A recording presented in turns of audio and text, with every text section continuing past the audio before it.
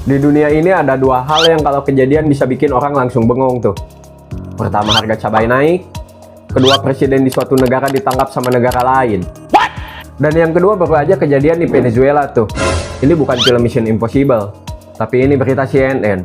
Jadi, apa yang sebenarnya terjadi? Jadi di awal tahun 2026 nih, Amerika Serikat tiba-tiba bilang tuh, kami cuma mau bikin operasi kecil ya. Terus, boom, pesawat tempur, pasukan elit, Caracas bergetar. Dan beberapa jam kemudian nih, Amerika Serikat langsung bilang tuh, by the way, Presiden Venezuela udah kami tangkap ya. Lah, ini presiden apa pakai COD tuh? Sampai COD, sampai COD. Jadi Presiden Venezuela nih, Nicolas Maduro, ditangkap di awal Januari di tahun 2026 tuh, di Caracas, Venezuela. Kalau alasan versi Amerikanya karena narkotika, kartel, dan juga terorisme. Pokoknya lengkap lah. Kalau di Indonesia ini udah masuk paket pasal berlapis tuh. Tapi tunggu dulu nih, sekarang kita tanya dengan jujur. Apakah tiba-tiba Amerika peduli sama rakyat Venezuela? Jawabannya, tentu tidak. Jadi Venezuela itu punya cadangan minyak terbesar di dunia. Minyaknya banyak banget tuh. Bahkan kalau Indonesia bikin pertalit nih, Venezuela bakal langsung bilang tuh, nih, gua kasih gratisan buat rendang. Jadi Venezuela itu udah kayak rumah reot, bocor, dan retak. Tapi di lantai bawahnya ada berangkas minyak. Dan Amerika datang sambil bilang tuh, saya nggak tertarik sama rumahnya, tapi saya cuma mau isinya. Amerika bilang kalau ini bukan invasi, bukan juga penjajahan, tapi ini cuma penegakan hukum internasional. Itu mirip kayak lu mukul orang nih, terus bilang tuh, tenang, ini bukan berantem, tapi ini cuma edukasi fisik. Donald Trump udah bilang nih, kami akan bantu Venezuela untuk sementara. Lah, ini negara apa penitipan motor? Dunia langsung ribut tuh. Rusia marah, Cina mengecam, Amerika Latin bingung, dan PBB panik. Kaget. Coba lu bayangin nih, ada grup WA RT dunia. Terus Amerika bilang nih, gua bener kok.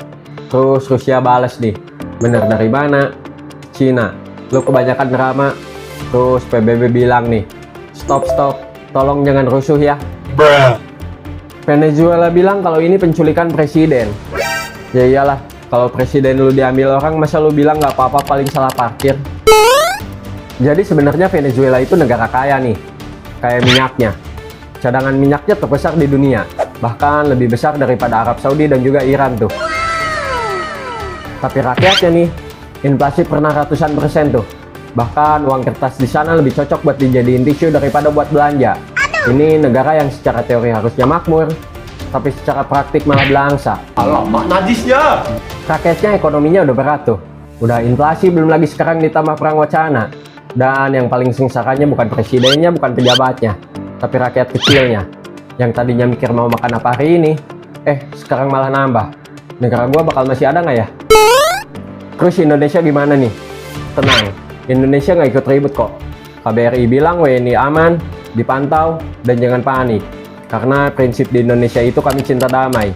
Tapi kalau ribut, ya kami nonton aja dulu. Capek ah. Kemungkinan kedepannya Maduro bakal diadili di AS tuh. Venezuela makin kacau, dunia makin tegang, minyak jadi rebutan, dan rakyat kecilnya tetap jadi korban. Terus Amerika kemungkinan bakal bilang nih, kami akan pergi setelah semuanya beres.